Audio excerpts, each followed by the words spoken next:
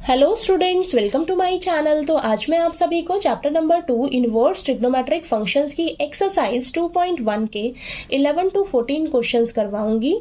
और मैंने पिछली वीडियो में 1 to 10 क्वेश्चंस करवाए हैं इस एक्सरसाइज के।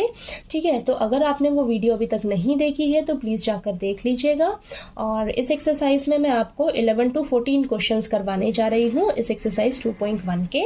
ठीक है, तो प्लीज़ आपने वीडियो को लास्ट तक जरूर देखना है ताकि आपको ये सभी क्वेश्चंस अच्छे से समझ आ जाए। ठीक है, तो चलिए करते हैं। क्वेश्चन नंबर 11 हमें दिया है find the values of the following. तो आपको ये जो फंक्शन दिया है इसको सॉल्व करके आपने वैल्यू फाइंड आउट करनी है। ठीक है, वैल्यू निकालनी है। तो देखिए बहुत इजी है, ध्यान से समझिएगा।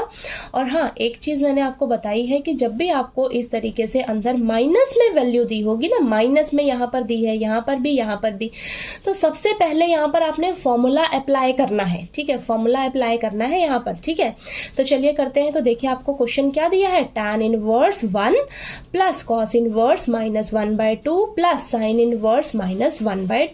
तो ये तो आपका पॉजिटिव में है, लेकिन ये भी नेगेटिव है, ये भी नेगेटिव है। तो इनकी जगह सबसे पहले आपने फॉर्मूला अप्लाई करना है। ठीक है, और इस यहाँ पर देखिए बाहर tan इनवर्स है तो 1 को हम tan के लिए चेक करेंगे। अब tan में 1 जो है वो कब आती है वैल्यू, tan π/4 पे।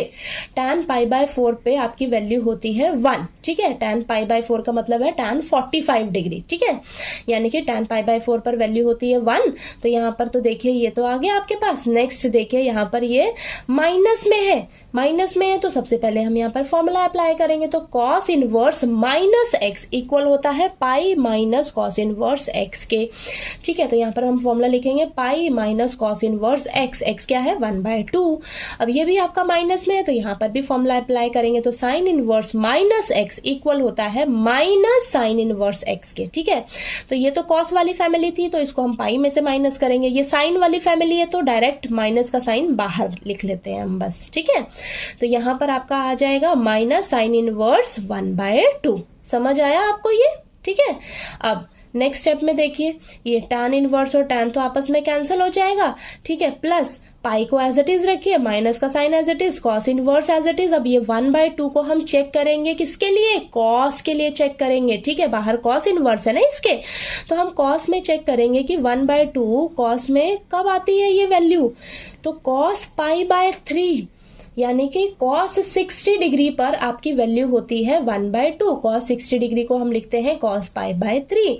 ठीक है, तो यहाँ पर 1/2 की जगह हम लिख लेंगे cos π/3 और ये प्लस माइनस माइनस फिर साइन इनवर्स। अब ये जो 1/2 है इसे हम साइन के लिए चेक करेंगे बेटा। क्यों? क्योंकि बाहर इसके साइन इनवर्स है। ठीक है, तो साइन के लिए चेक करेंगे। ठीक है, तो 1/2 साइन में कब आती है वैल्यू, ये आती है हमारी साइन 30 डिग्री की वैल्यू होती है 1/2, यानी कि साइन 30 डिग्री को हम लिखते हैं साइन π/6। ठीक है, ये इतना समझ में आया। अब देखिए ये तो ये tan इनवर्स tan आपस में कैंसिल हो जाएगा, cos इनवर्स cos आपस में कैंसिल हो जाएगा, साइन इनवर्स साइन आपस में कैंसिल हो जाएगा। आपके पास बचा क्या क्या, देखिए यहाँ पर π/4 बचा, प्लस पाई माइनस यहाँ पर ये π/3 बचा, माइनस ये π/6 बचा। इतना क्लियर हुआ आपको? ठीक है, अब हम ये क्या करेंगे, यहाँ पर एलसीएम ले लेंगे बेटा। ठीक है, एलसीएम लेंगे, पाई के नीचे कुछ नहीं है तो 1 लिख लीजिएगा। एलसीएम लिया आपने, एलसीएम इन सभी का क्या आएगा निकल कर, 12 आएगा। ठीक है, एलसीएम निकाल के देख लीजिएगा, आपके पास 12 आएगा बेटा। ठीक है, 12 आया। अब यहाँ पर नीचे 4 है, 4 के टेबल पर 12 कब जाता है, 3 पे। ऊपर वाले को हम 3 से मल्टीप्लाई कर देंगे, 3 पाई। नीचे 1 है तो यहाँ पर एलसीएम 12 है तो ऊपर वाले को 12 से मल्टीप्लाई कर देंगे तो 12 पाई। माइनस 3 है, 3 के टेबल पे 12 कब जाता है, 4 पे। ठीक है, तो 4 से हम ऊपर वाले नंबर को मल्टीप्लाई कर देंगे तो 4 पाई हो जाएगा। ठीक है, ये माइनस का साइन भी रखना है, आपने ध्यान रखना है। फिर माइनस 6 है, 6 के टेबल पे 12 कब जाता है, 2 पर जाता है। ठीक है, तो 2 को ऊपर से मल्टीप्लाई कर देंगे तो ये माइनस का 2 पाई आ जाएगा। ठीक है, इतना आ गया समझ, इतना आया।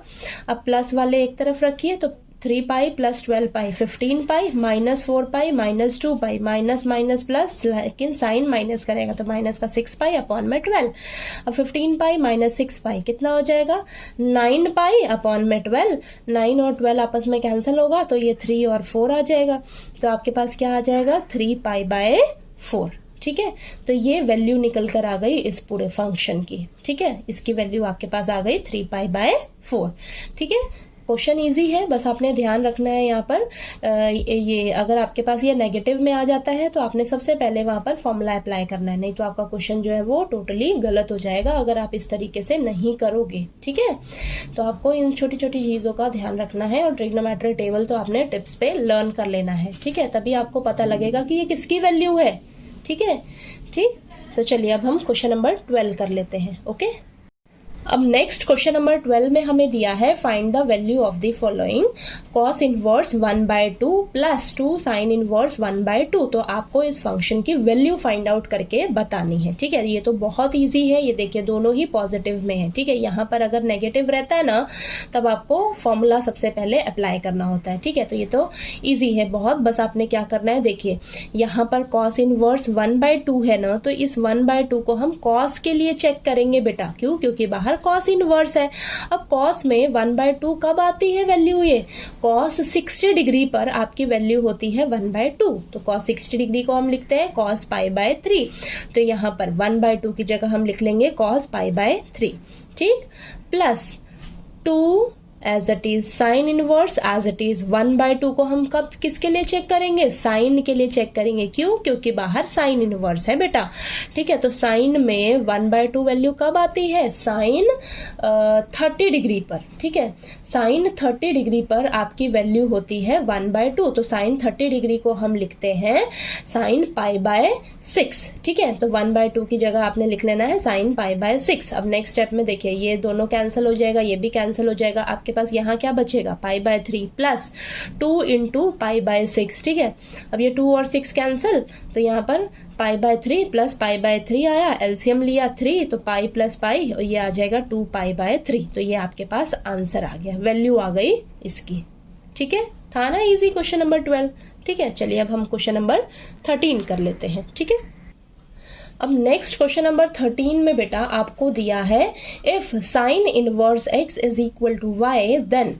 तो यहाँ पर आपको बोला है कि अगर साइन इनवर्स को आप सॉल्व करते हो तो आपको सॉल्यूशन मिलता है y, ठीक है, सॉल्यूशन मिलता है y।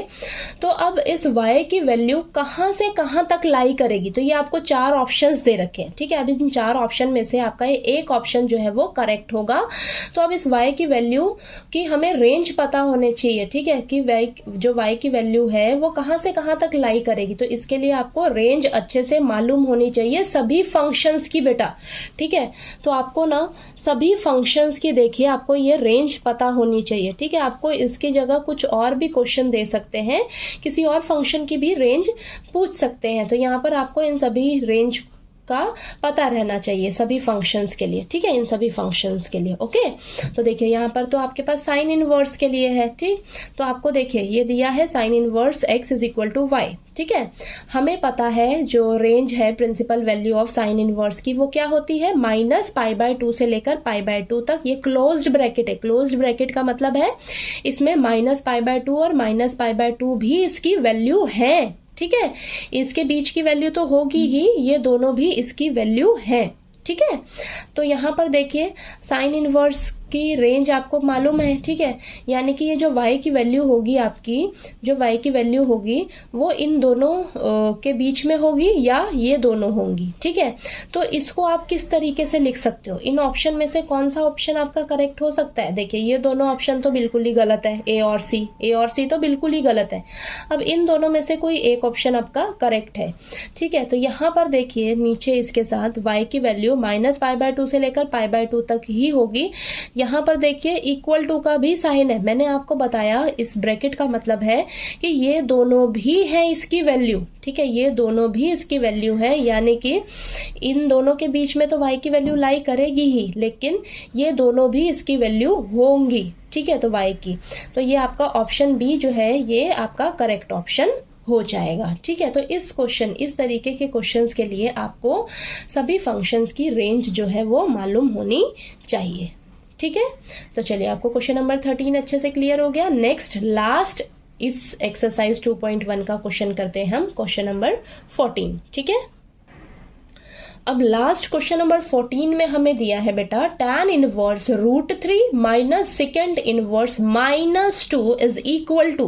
तो हमें इसकी वैल्यू निकालनी है सॉल्व करके, और जो आंसर आएगा वो हमारे पास इन चारों ऑप्शन में से कोई एक ऑप्शन होगा। ठीक है, एक ऑप्शन जो है वो करेक्ट ऑप्शन होगा। ठीक है, तो चलिए इसको सॉल्व करते हैं, सॉल्व करके आंसर देखते हैं कि क्या होगा हमारा। ठीक है, तो देखिए मैंने आपको एक चीज बताई है कि जब भी आपको ये जो ब्रैकेट में वैल्यू होगी अगर वो माइनस में होगी ना बेटा, तो आपने वहां पर ध्यान देना है अच्छे से। ठीक है, सबसे पहले यहाँ पर हम फॉर्मूला अप्लाई करेंगे। ठीक है, ये तो आपका पॉजिटिव में है। ठीक है, तो यहाँ पर तो आप डायरेक्ट अब चेक कर लीजिए कि √3 जो है tan के लिए चेक करेंगे, बाहर tan इनवर्स है ना, तो इसे हम tan के लिए चेक करेंगे कि tan में √3 वैल्यू कब आती है, tan π/3 यानी कि tan 60 डिग्री पर आपकी वैल्यू होती है √3। tan 60 डिग्री को हम लिखते हैं tan π/3। ठीक है, तो ये लिख लिया हमने। ठीक है, अब सेकेंड इनवर्स -2 है बेटा, सबसे पहले यहाँ पर आपको फॉर्मूला लिखना होगा सेकेंड इनवर्स -x। ठीक है, किसके इक्वल होता है, pi minus second inverse x के। सेकेंड जो है वो कॉस वाली फैमिली से बिलोंग करता है। ठीक है, क्यों, क्योंकि देखिए सेकेंड को आप सेकेंड किसके इक्वल होता है, 1/cos के। ठीक है, तो सेकेंड जो है वो कॉस वाली फैमिली से बिलोंग करता है, इसको हम पाई में से माइनस करके लिखते हैं। ठीक है, तो फॉर्मूला क्या हो जाएगा आपका, सेकेंड इनवर्स -x का pi minus second inverse x। तो इसकी जगह हम क्या लिखेंगे, बाहर तो माइनस का साइन एज इट इज रखना है, pi minus second inverse x क्या है 2, तो पाई माइनस सेकेंड इनवर्स 2। समझ आया। ठीक है, अब यहाँ पर देखिए नेक्स्ट स्टेप में ये tan इनवर्स और tan कैंसिल हो जाएगा। ठीक है, तो ये π/3 बचा, माइनस ब्रैकेट रखनी है आपने क्योंकि बाहर माइनस का साइन है। ठीक है, पाई माइनस, अब ये देखिए हम यहाँ पर बाहर सेकेंड इनवर्स है ना, तो 2 को सेकेंड के लिए चेक करेंगे बेटा। अब 2 जो है सेकेंड में कब होती है वैल्यू, सेकेंड 60 डिग्री पर। सेकेंड 60 डिग्री पर हमारी वैल्यू होती है 2। सेकेंड 60 डिग्री को हम लिखते हैं सेकेंड π/3, तो यहाँ पर लिख लिया हमने। ठीक है, अब ये सेकेंड इनवर्स और सेकेंड आपस में कैंसिल हो जाएगा।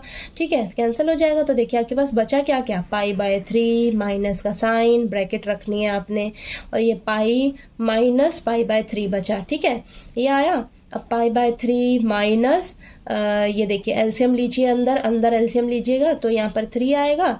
ठीक है, तो ये हो जाएगा आपके पास 3π माइनस पाई। ठीक है, ये एलसीएम लिया है मैंने, तो यहाँ पर इसको सॉल्व करोगे तो आपके पास आ जाएगा π/3 माइनस 2/π3। ठीक है, तो यहाँ पर देखिए इसको सॉल्व करिए, अब 3 दोनों के नीचे एलसीएम ले लीजिए तो पाई माइनस 2π आ जाएगा, आंसर क्या आ जाएगा, -π/3। अब -π/3 देखिए ऑप्शन में कहाँ है आपके पास, बी ऑप्शन में। ऑप्शन बी क्या है आपका, -π/3, तो आपका ऑप्शन बी जो है वो करेक्ट ऑप्शन है। ठीक है, तो समझ आया आपको ये लास्ट क्वेश्चन नंबर 14। तो आपने देखिए हमेशा ध्यान रखना है, अगर आपको यहाँ पर माइनस का साइन दे दिया जाता है तो आपने उसे सबसे पहले फॉर्मूले में कन्वर्ट कर लेना है। ठीक है, ताकि आपकी गलती बिल्कुल भी ना हो। ओके, तो चलिए आपको ये इस एक्सरसाइज 2.1 के 11 से लेकर 14 तक जो क्वेश्चंस थे वो अच्छे से समझ आ गए होंगे आपको। ठीक है, किसी भी क्वेश्चन में कोई डाउट आए तो आप प्लीज़ पूछ लीजिएगा, और अगर आपको मेरा पढ़ाया हुआ अच्छा लगे तो प्लीज़ मेरी वीडियो को लाइक कीजिए, शेयर कीजिए, और ज़्यादा से ज़्यादा सब्सक्राइब कीजिएगा मेरे चैनल को। Thank you so much.